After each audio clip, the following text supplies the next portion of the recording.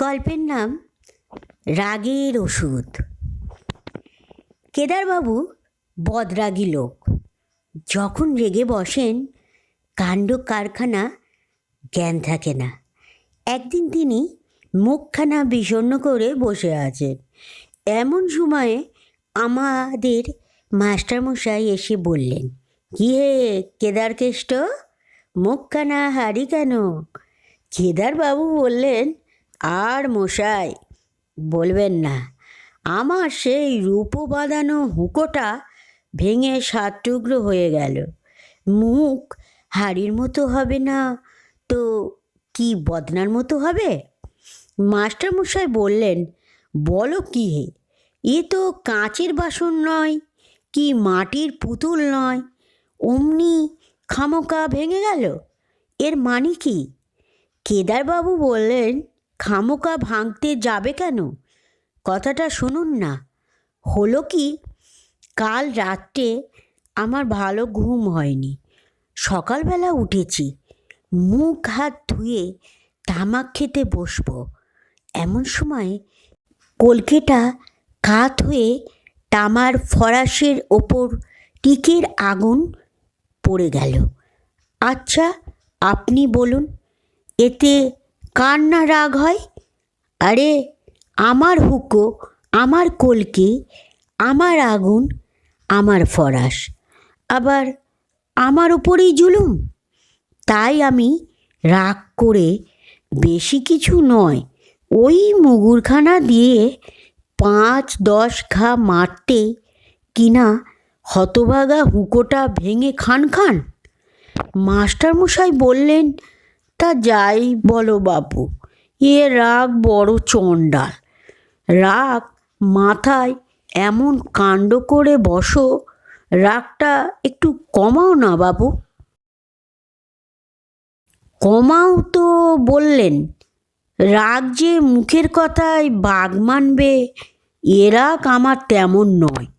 দেখো আমি এক উপায় বলি, শুনেছি খুব ধীরে ধীরে 1-2-3 করে 10 গুনলে রাগটা নাকি শান্ত হয়ে আসে।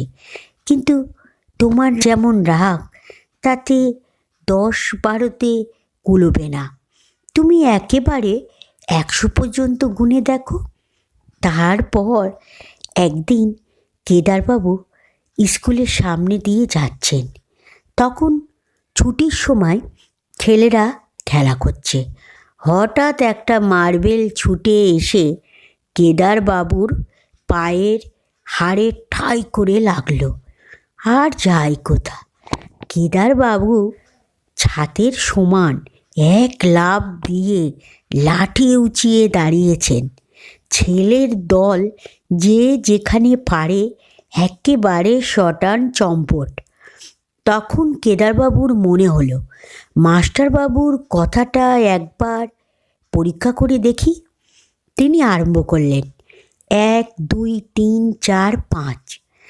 স্কুলের মাঝখানে একজন লোক দাঁড়িয়ে বিড়বিড় করে অঙ্ক বলছে। তাই দেখে স্কুলের দরোয়ান ব্যস্ত হয়ে কয়েকজন লোক ডেকে আনলো। একজন বলল, কি হয়েছে মশাই? কেদারবাবু বললেন, 16, 17, 18, 19, 20। সকলে বলল, এ কি, লোকটা পাগল হলো নাকি? আরে ও মশাই, বলি অমন ধারা করছেন কেন? কেদারবাবু মনে মনে ভয়ানক চটলেও তিনি গুনেই চলেছেন, 30, 31, 32, 33।